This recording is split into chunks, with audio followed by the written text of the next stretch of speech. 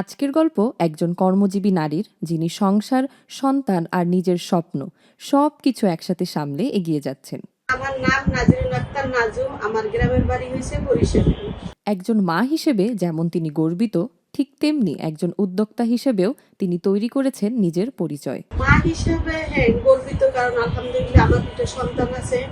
তারপর কর্মজীবী হিসেবে আমি তার চেয়েও গর্বিত যে আমি আমার সন্তান, আমার ফ্যামিলি, আমার বাসা সবকিছুর পাশাপাশি আমি আমার এই প্রতিষ্ঠানটা, আমি একটা ত্রয়ী বিউটি পার্লারের মালিক, প্লাস হইছে আমি হইলে এখানে কাজ করি। সবকিছু মিলিয়ে আমি আলহামদুলিল্লাহ গর্বিত। ভোর থেকে রাত পর্যন্ত ব্যস্ততা থাকলেও কাজের প্রতি ভালোবাসা তাকে সব সময় এগিয়ে রাখে।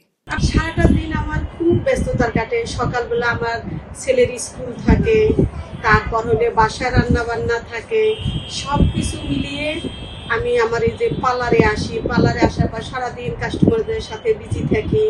সব কিছু মিলিয়ে আলহামদুলিল্লাহ আমি ভালোই ব্যস্ত থাকি। তবে এই পথটা সহজ ছিল না। একসময় সমাজের অনেক নেতিবাচক কথাও শুনতে হয়েছে তাকে। শুরুতে যখন এই পার্লারে যখন আসি, হয়তো তখন পার্লার জিনিসটা সবাই একটু ভালো চোখে দেখতো না। আমার আত্মীয় স্বজন সবই আলহামদুলিল্লাহ সবই হাই সোসাইটি, কিন্তু তারা যখন আমি পার্লারের কাজ শিখলাম, যখন আমি পার্লারে আসলাম, তখন আমার কেউ একটু ভালো চোখে জানতো না, দেখতোও না।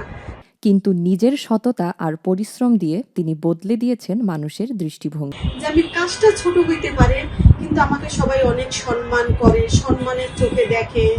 এটাই হচ্ছে আমার কাছে সবচেয়ে বড় গর্বের বিষয়। আজ তার ছোট্ট পার্লারে দূর দূরান্ত থেকে মানুষ আসে শুধু তার কাজের প্রতি বিশ্বাস রেখে। আমার জন্য পার্লারটা ছোট, কিন্তু আমার চিটাগং থেকে অনেক কাস্টমার আসে, তারপর দূর দূর থেকে অনেক অনেক কাস্টমার আসে। তার স্বপ্ন একদিন আরো বড় একটি পার্লার তৈরি করা।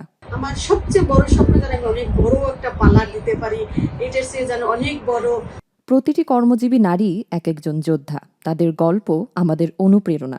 আমি কর্মজীবী হিসাবে বলতে চাই যে আমরা এখনকার যুগে কোনো মেয়েরা পিছিয়ে যায়নি।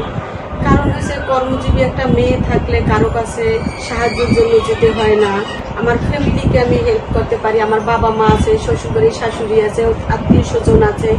সব নারীকে নারী দিবসের শুভেচ্ছা।